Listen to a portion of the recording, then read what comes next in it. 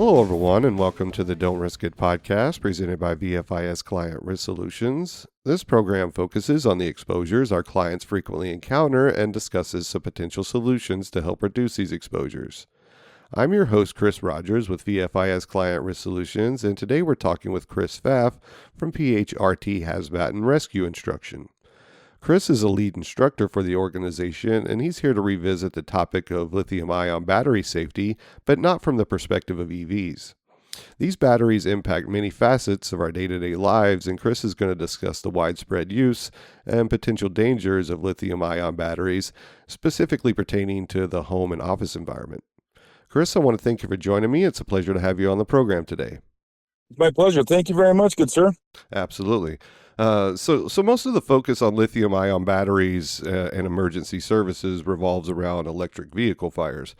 But our homes and offices are full of these types of battery systems. So can you talk about some of the hazards our first responders are exposed to in the home or office environment? Absolutely, Chris. When we sit there and take a look at this, a look last week, I was able to find 3 fires from consumer commodities very quickly on just a short little Google search in the news. And unfortunately, we saw the second fatality fire in FDNY, and all of those were not from EVs. We can guarantee that many other structure fires from the nation have occurred from these little buggers. And probably everyone has heard about the event that happened in California last month on Interstate 15 with a portable energy storage system. Batteries are agnostic. They can be used in anything. They have all forms of hazardous issues, and that's why we don't want to just focus on EVs. Yes, EVs are out there, but all of these consumer commodities, these energy storage systems, these micro-mobility devices, they cause just as many hazards as well. And I could argue potentially even more. And that's where we have to start working on safety. There's a lot more out there of those battery systems, I assume, than EVs, just because of iPhone, not necessarily iPhone, smartphones, any type of small battery system. There's a lot more of these batteries out in our hands and our homes versus on the road. Oh, absolutely. Heck, anybody right now, if you looked within 10 feet of where you're sitting right now, we probably have a laptop, maybe with a mouse that's a rechargeable mouse. We may end up, heck, we have our cell phones, we have tablets, we have the kids' toys and the trinkets, the hoverboards. We probably have 10, 15, or 20 lithium-ion batteries just within eyesight of where you're at right now. And every single household has that, which means every single structure fire that we go to has lithium-ion batteries. Maybe those lithium-ion batteries could be the cause of the fire, or maybe they just may be involved and may exacerbate the fire as well. That's why we got to take a look at this hazard beyond just electric vehicles. So you mentioned a structure fire. I want to expand on that a little bit. Say that this crew's been dispatched out to a scene. They know that the fire has involved some of these batteries, and they've had to work that fire. Are there any specific PPE gear, decontamination best practices for these type of events when we know that these battery systems are involved? Oh, that's a great question, Chris. And this is a huge topic. And I'm gonna try to keep this as concise as possible because this is such a large body of knowledge. The best thing that we can do right now is stay out of the smoke. And I know that's impossible for most of our responders to do. If I'm going to do a structure fire, I'm going to be going into the smoke. I understand that. But if we can try to stay out of the smoke and vapors as much as possible, that's going to help. Right now, there's testing that's wrapping up at TEEX, at Texas Engineering Extension, in Southwest Research Institute, for what the best form of post-fire decon, the advanced cleaning, is. There's also work from North Carolina University with support with FSRI, and UCLA is working with a few other members to identify what the best cleaning method is. No matter what, the responders need to use the current best practice of wearing full PPE to include our SCBA and conducting a quality post-decontamination on these scenes. Once the event is complete, doffing should occur on scene, and advanced cleaning needs to occur for all PPE that was contaminated with lithium-ion vapors or smoke. As I said, the testing with TEEX and Southwest Research Institute, they're looking right now at CO2 liquid extraction to see if the oxides of metal from these batteries can be removed, because the toxins are much different than any other structure fire. In every structure fire, the toxins are very bad, no matter what. So with those unknowns, it almost reinforces the clean cab concept that we don't want any PPE in the cab on the way back to the station from a scene. Oh, I'd agree 100%, good sir. So let's go into the training aspect of it. On the training grounds, burning a pallet of wood or burning some other object, typically wood. That's a much safer training environment versus intentionally rupturing a lithium-ion battery. So, what is the best way for our departments to safely train for these scenarios? Well, I'll tell you right now, one way to not train is by lighting batteries on fire to see what's going on. There's more than enough trained experts and maybe sometimes untrained experts that are doing this. And because the state of charge is going to be different for every single time, the chemistry of the battery is going to be different for every single time. If we end up lighting these batteries on fire, we're not going to get good training evidence from this. Like I said before, the oxides of metal from these batteries are very toxic, extremely toxic.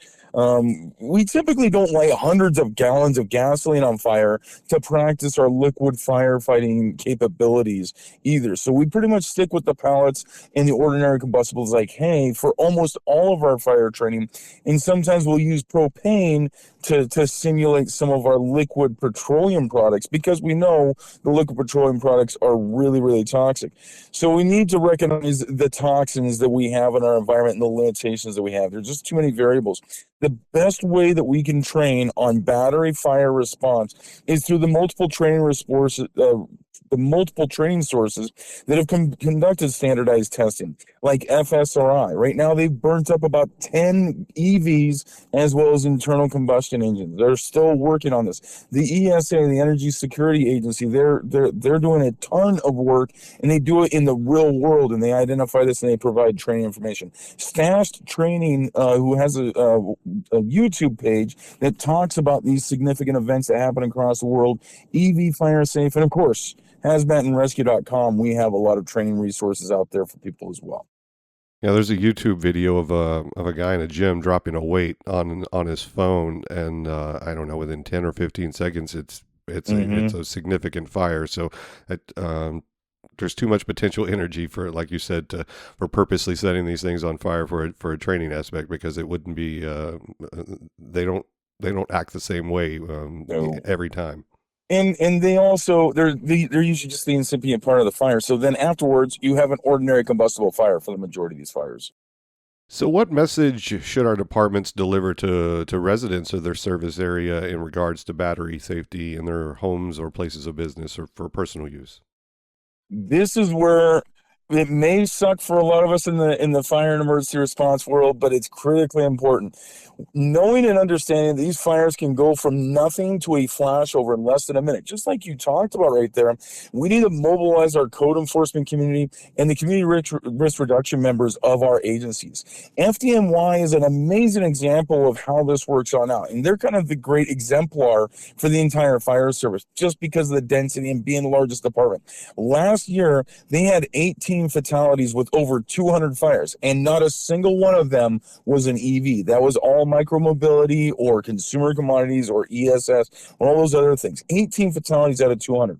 This year, they're on track to have about the same amount of fires, almost 200 fires. Like right now, they're about 130, 140 fires. But they only have that, like I said earlier during this conversation, 2 fatalities. They just got the second fatality here in the middle of August as of the time of recording this.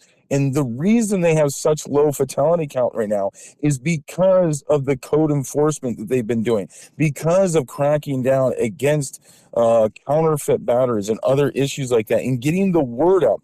So, making sure the public is aware of this. We're not all FDNY responders, but the biggest thing we can do is by ensuring to ensure change is to adopt the most modern codes in a similar fashion and work with support from other great groups like FSRI and their batteryfiresafety.org campaign, the Charge Network, and informing our public to be safe with their batteries and not drop, weights on their cell phone. So, one question about for the fire service. We're going to have more of these battery manufacturing facilities come online in our country. I talked with a department last week that they're going to have a very large Panasonic battery plant come into their service area. So, how should departments prepare for these for these large facilities that are going to come into their service area, where it's something that they've historically not had to deal with, and now, so should they be part of the pre-planning and part of the facility construction, just to get an idea of how they're going to, manage and work around those events?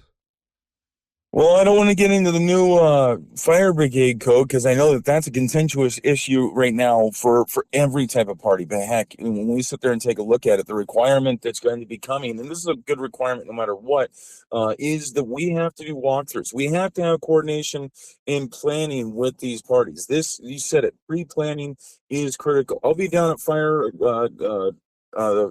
Rescue International conducting an emergency management training class basically on pre-planning. We have to treat this like it's a hazardous materials type of event.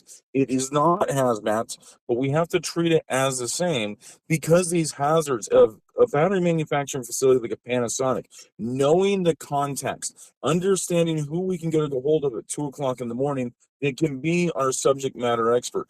Understanding the safety protocols and procedures that we have within that facility are critical for our success. Understanding the systems, and if there's any electrical hazards, is critical for our success. And then once again, making sure we play in the tenets of life, property, and environment, and how much risk are we going to put with the reseal process, depending on what time of day these types of a fire or an event's going to happen in these facilities.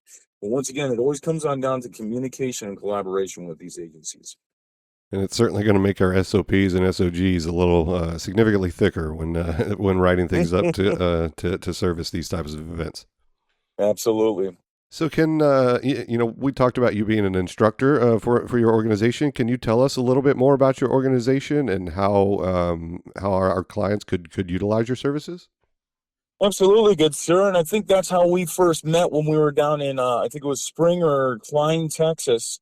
A great opportunity. Heck, I was emailing a Klein firefighter just last night about some of this. We created hazmatandrescue.com to provide continuing hazardous materials and technical rescue training for all responders. I currently have online micro lessons that are between 5 and 10 minutes that provide entertaining lessons to be compliant with NFPA standards.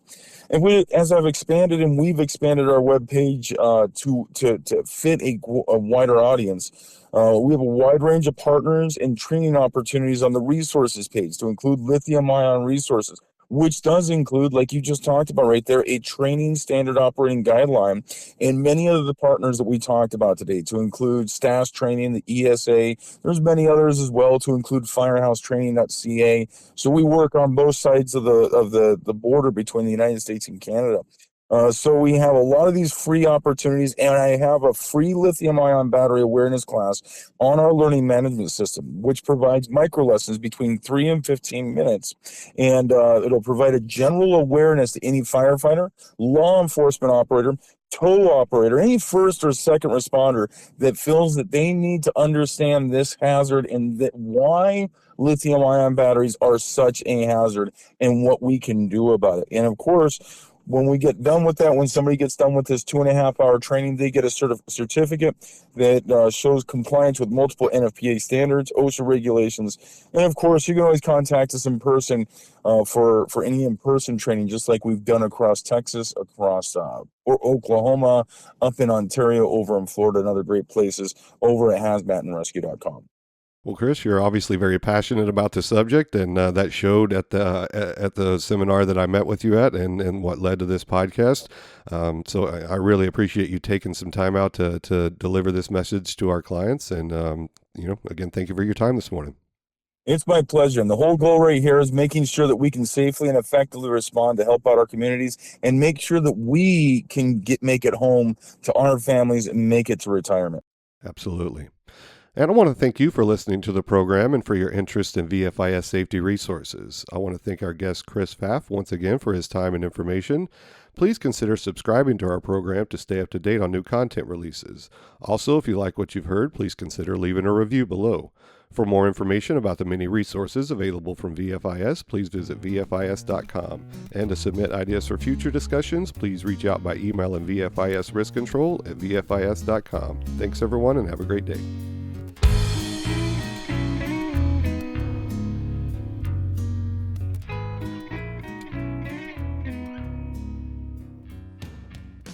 The views, information, or opinions expressed during this program are solely those of the individuals involved and do not necessarily represent those of Gladfelter Insurance Group, VFIS, and its employees.